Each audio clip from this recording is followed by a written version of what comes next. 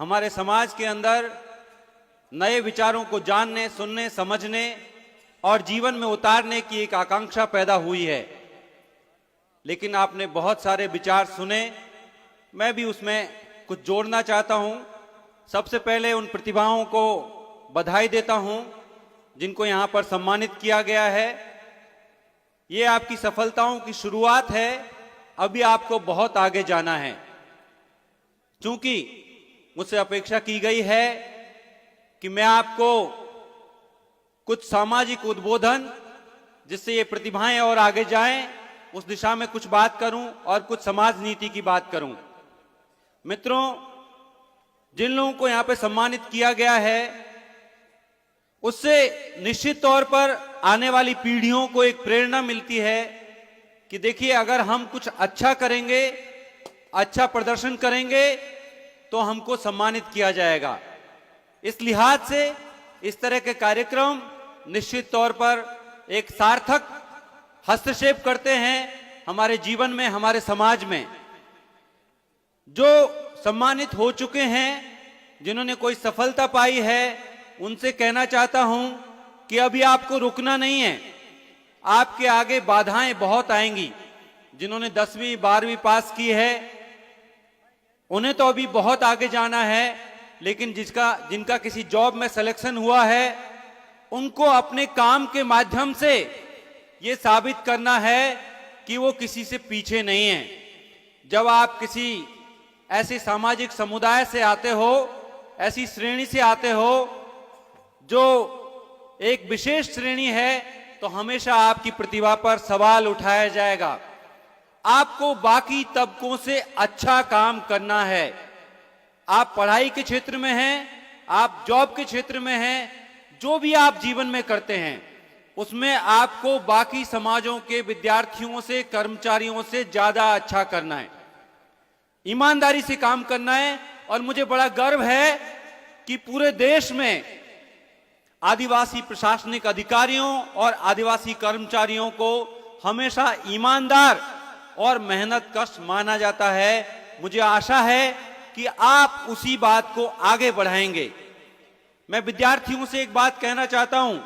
बहुत सारे विद्यार्थियों के अंदर अपनी ग्रामीण पृष्ठभूमि, किसान पृष्ठभूमि या हिंदी माध्यम की पृष्ठभूमि की वजह से हीनता बोध आ जाता है। कई बार सोचते हैं कि हम कैसे आगे बढ़ पाएंगे। कोई अंग्रेजी की बाधा है, कभी लगता है कि दूसरे विद्यार्थी के पिताजी तो बहुत बड़े ऑफिसर है, मैं तो किसान का बेटा हूं, या मुझे कम आता है। इस हीनता बोध को यहीं अपने घर छोड़ करके जाइए। जो आपकी पृष्ठभूमि है वो आपकी कमजोरी नहीं, आपकी ताकत है। आपकी पृष्ठभूमि संघर्ष की, मेहनत की और ईमानदारी की पृष्ठभूमि है। और जिसकी पृष्ठभूमि संघर्ष, मेहनत और ईमानदारी की होगी, उसको दुनिया में कोई नहीं रोक पाएगा, कोई भी नहीं। मैंने देश के सबसे बड़े विश्वविद्यालय में पढ़ाता हूं, दुनिया के और बाहर के विश्वविद्यालयों में जाके पढ़ाया है, और मैंने यही पाया है कि अगर आप खुद पर विश्वास रखेंगे, खुद पर भरोसा रखेंगे, मेहनत और ईमानदारी से आगे बढ़ेंगे, तो आपको कोई ताकत नहीं रोक सकती। फिर आपको ना कोई व्रत पूजा पाठ करने की आवश्यकता है, ना किसी के तरफ आश्रित होकर के देखने की आवश्यकता है। आप में स्वयं में काबिलियत है, उस काबिलियत को पहचानिए, अपनी पृष्ठभूमि को अपनी मजबूती बनाइए और आगे बढ़िए। पूरा आसमान आपके लिए खुला हुआ है, खास तौर पर लड़कियों के लिए, क्योंकि लड़कियां अभी शिक्षा के क्षेत्र में धीरे धीरे आ रही हैं, नौकरी के क्षेत्र में आ रही है। तो आपको जो पुरुष है उनको सहयोग करना है कि पुरुष जो भी घर में स्त्रियां हैं, बहन है, पत्नी है, बेटी है, उसको बराबर की शिक्षा दिलाएं। और लड़कियों को सोचना है कि हम किसी मायने में कम नहीं हैं। जो भी गरीब है, हाशिए का है, उन सब के लिए बहुत सारे लोग काम कर रहे हैं। इस तरह के मंच काम कर रहे हैं, आपके लिए हॉस्टल बन रहा है, और इस तरह के हॉस्टलों से निश्चित तौर पर समाज की दिशा बदलने वाली है। बस आपको मेहनत करनी है। लेकिन इस मेहनत के रास्ते में कुछ बाधाएं हैं, और उन बाधाओं को हम कैसे दूर करेंगे? एक बाधा है, अभी कहा गया कि सबसे पहले आप सबने मत्स्य भगवान की जय बोली। आप ये बताइए कि ये मत्स्य भगवान कौन है, कहां से आए हैं, और उनके अनुसार हम चलेंगे तो हमारी सामाजिक श्रेणी, हमारा वर्ण कौन सा होगा। मैं उनका बहुत सम्मान करता हूं, इस उम्र में जो जज्बा है, जिस तरह से एकजुटता है, लेकिन क्या हमको मत्स्य भगवान के रास्ते जाना है या हमको बाबा साहब अम्बेडकर और जयपाल सिंह के रास्ते जाना है। कल 3 जनवरी को हमारे 2 पुरखों की जयंती थी, सावित्रीबाई फुले और जयपाल सिंह। जयपाल सिंह वो शख्स है जिन्होंने देश के आदिवासियों का मस्तक ऊंचा कर दिया। आप में से बहुत सारे लोग जरूर जानते होंगे कि भारत को ओलंपिक्स में पहला गोल्ड मेडल दिलाने वाले, भारत की ओलंपिक की हॉकी टीम के कप्तान, जिसको 1928 में गोल्ड मेडल मिला, उसके कप्तान जयपाल सिंह मुंडा एक आदिवासी। लेकिन हमको उनके बारे में नहीं बताया गया। उनका महत्व सिर्फ यही नहीं है कि वो बहुत बड़े खिलाड़ी थे, उनका महत्व यह है कि देश की संविधान सभा में देश के आदिवासियों की तरफ से वो बोल रहे थे। आप लोग थोड़ा सा समय निकाल करके मोबाइल में रील देखते हैं, बहुत सारी और चीजें देखते हैं, फेसबुक देखते हैं, थोड़ा सा समय निकाल करके जयपाल सिंह के भाषण पढ़िए, तब आपको पता चलेगा कि देश के इतने बड़े बड़े नेताओं के सामने जयपाल सिंह कैसे देश के आदिवासियों की आवाज बुलंद कर रहे थे। संविधान सभा में आज जो हमें अधिकार मिले हैं और जिस तरह से हम पूरे आत्मसम्मान के साथ जी पा रहे हैं, आगे बढ़ पा रहे हैं, उसमें संविधान सभा में हमको हक दिलाने वाले शख्स का नाम जयपाल सिंह है। उसी कड़ी में कप्तान छुट्टलनाल का नाम है। लेकिन अगर हम मत्स्य भगवान के रास्ते चलेंगे तो हम शूद्र वर्ण के अंतर्गत ही आ पाएंगे और हमारा पेशा होगा कि हम दूसरों की चाकरी करेंगे, उससे आगे कुछ नहीं कर पाएंगे। तो हमको चुनना है कि हम कप्तान छुट्टनलाल, जयपाल सिंह, बिरसा मुंडा और बाबा साहब अम्बेडकर के रास्ते चलेंगे या यहां पर हम मत्स्य भगवान का, मीन भगवान का मंदिर बनाने की कल्पना करेंगे। इसमें से हमको चुनना है और चुनना पड़ेगा। ये मैं इसलिए भी कह रहा हूं कि इस वक्त देश के आदिवासी और दलित, उनको एक नई सांस्कृतिक जकड़न में जकड़ने की कोशिश हो रही है। उनको धार्मिक अंधविश्वासों में फंसाया जा रहा है, सायास फंसाया जा रहा है। कहने को सनातन सनातन सनातन, सनातन में कहां हो आप? जरा अपना इतिहास उठाकर देखिए, कौन से वर्ण में आप आते हो? जिस वर्ण में आप आते हो उसके अनुसार आचरण करने को कहा जाएगा तो क्या आप करेंगे? नहीं करेंगे। हम बराबरी चाहते हैं, हम इस देश के मूल निवासी हैं, हम इस देश पर पहला अधिकार हमारा है। और ये संविधान सभा में जयपाल सिंह ने कहा, इसी बात को हमको यहां पर दोहराने की आवश्यकता है। सिर्फ एक अंधविश्वास नहीं है ये मीन भगवान के मंदिर, कितने अंधविश्वास हमारे जीवन में भर दिए गए। आज से 30 साल पहले कोई करवा चौथ नहीं जानता था। जब मैं पैदा हुआ तो मेरे पिताजी को मेरी कोई जन्मपत्री कुंडली बनाने की आवश्यकता नहीं पड़ी और उसके बिना मैं देश के सबसे बड़े विश्वविद्यालय में पहुंच गया, दुनिया के विश्वविद्यालय में पढ़ाया। लेकिन अब देखिए घर घर में करवा चौथ हो रहा है। बच्चा पैदा होता ही पंडित जी को बुलाओ, प्लॉट लिया है पंडित जी को बुलाओ, मुहूर्त निकलवाओ। अरे किस दिशा में आप जा रहे हो? ये हमारा इतिहास नहीं है और इससे हमें कुछ मिलने वाला भी नहीं है। मैं हमारे साथी नरेश जी को भी ये निवेदन करना चाहता हूं, निवेदन ही कर सकता हूं, बाकी तय तो वो खुद ही करते हैं। मैं निवेदन ये करना चाहता हूं कि विचारों में अगर आप भगत सिंह का नाम लेते हैं तो विचारों में थोड़ी और स्पष्टता की आवश्यकता है। भगत सिंह को हमने भी पढ़ा है, भगत सिंह को हम भी आदर्श मानते हैं और मेरे ख्याल से जवानी के दिनों में अगर कोई भगत सिंह को आदर्श नहीं मानता तो उसकी जवानी ही बेकार है। भगत सिंह को हर कोई आदर्श मानता है। उन्होंने एक लेख लिखा जब वो जेल में थे, मैं नास्तिक क्यों हूं, व्हाई आई एम एथिस्ट, दुनिया भर के लोग पढ़ते हैं। उसमें उन्होंने एक एक तर्क का, जिसको कुतर्क का, अच्छी तरह से जवाब दिया है कि किस तरह से भगवान है या नहीं है, इसको लेकर के हमको चिंतन मनन करने की आवश्यकता है। ये जनता आपकी ताकत है, मंदिरों में आपकी ताकत नहीं है।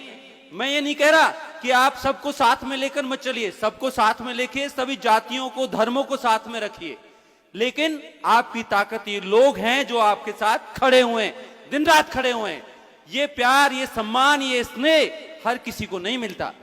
आप बहुत भाग्यवान हैं, सैकड़ों वर्षों में किसी एक को इतना प्यार और सम्मान मिलता है, आपको मिला है।